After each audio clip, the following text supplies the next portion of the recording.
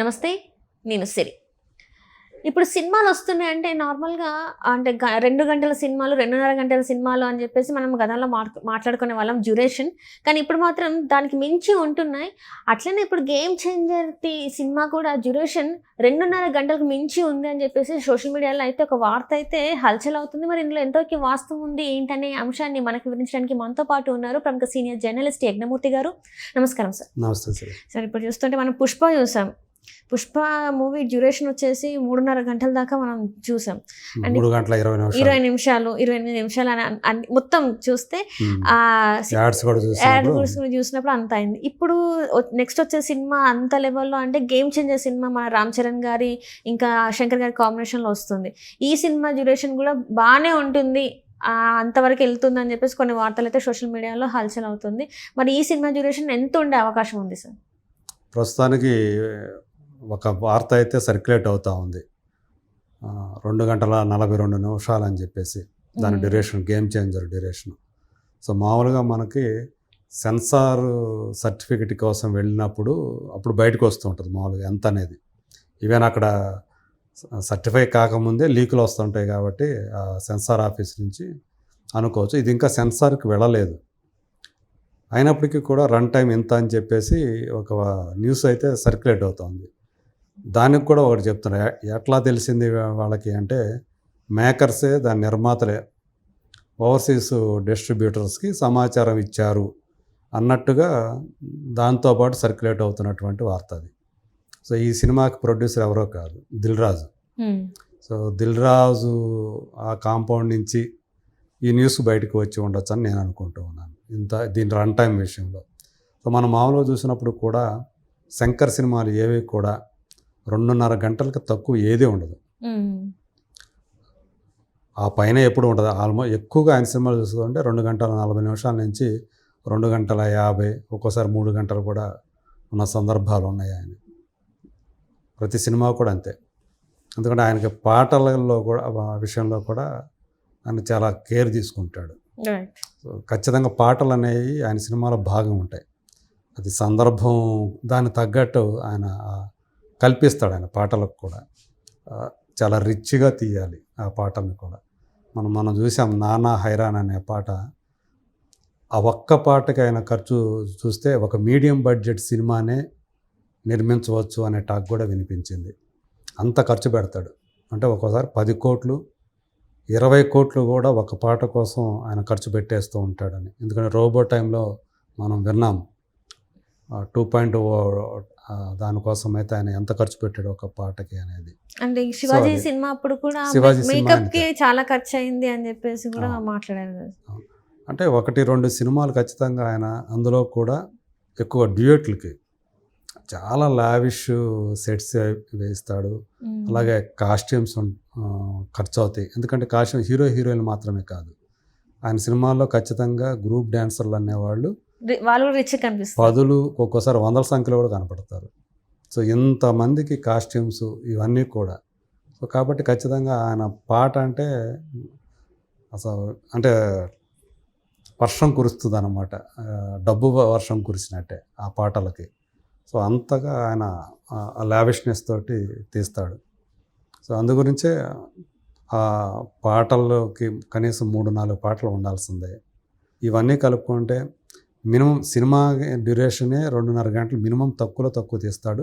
ఈ పాటలు కూడా కలుపుకుంటే ఆ డ్యూరేషన్ అనేది వస్తుంది అనేది. అంటే 2 గంటల 40 నిమిషాలు, 45 నిమిషాలు, 50 నిమిషాలు అట్లా. సో ఇప్పుడు 'గేమ్ చేంజర్'కి సంబంధించి సర్క్యులేట్ అవుతున్నటువంటి ఒక విషయం. అందులో నిజం ఉందా లేదా? ఎందుకంటే అభిమానులకి ఈ డ్యూరేషన్ ఎంత అనేది తెలుసుకోవటం కూడా ఒక ఇంట్రెస్టింగ్ టాపిక్గా మారిపోయింది.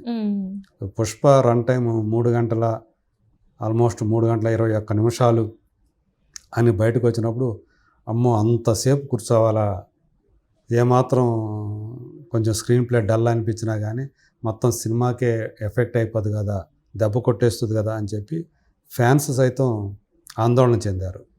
కానీ సినిమా రిలీజ్ అయిన తర్వాత అవన్నీ కూడా పటాపంచలే, ఆ అనుమానాలన్నీ కూడా పటాపంచలు అయిపోయినాయి. సో ఫస్ట్ హాఫ్ కొంచెం అట్ట ఉన్నది, సెకండ్ హాఫ్ అంతా కూడా బాగా ఆ జాతర సీన్ నుంచి ఇంకా మొత్తం అందులో ఒక గ్రిప్పింగ్ స్క్రీన్ ప్లేతో నడిచింది. అందుకని జనం అందరూ కూడా దాంట్లో ఆ ట్రాన్స్లోకి వెళ్ళిపోయారు అన్నట్టుగా ఆ టాక్ అయితే బయటకు వచ్చింది. సో అలా అది మొత్తానికి రన్ టైం ఎక్కువైనప్పటికీ కూడా పెద్ద హిట్ అయిన సందర్భాలు ఇటీవల కాలంలో దీని విషయంలో అలాగే యానిమల్ విషయంలో నిజమయ్యాయి అనుకోవాలి. అది కూడా రన్ టైం సేమే 3 గంటల 21 నిమిషాలు, అది కూడా యానిమల్ కూడా. సో అలా ఇప్పుడు మరి గేమ్ చేంజర్ కూడా ఇది అంత కాదు కాబట్టి 2 గంటల 42 నిమిషాలతో ఓకే అన్నట్టే మెగా ఫ్యాన్స్ అందరూ కూడా పర్వాలేదు అన్నట్టు ఊపిరి పీల్చుకుంటున్నారు. ఇది నిజం అయితే కనుక అసలు ఏంటనేది మనకి మొత్తం మనం అది చూస్తే కానీ తెలీదు. సెన్సార్కి వెళ్ళినప్పుడు కానీ మనకి తెలీదు. ప్రస్తుతానికైతే షూటింగ్ కూడా ఆల్మోస్ట్ అయిపోయిందని చెప్పేసి పాటలతో సహా మనకి సమాచారం అందుతూ ఉంది. గుమ్మడికాయ కొట్టేసినట్టే. జనవరి 10వ తేదీ అన్నిటికంటే సంక్రాంతి సీజన్లో అన్నిటికంటే మనం ముందుకు వస్తున్న సినిమా గేమ్ చేంజరే.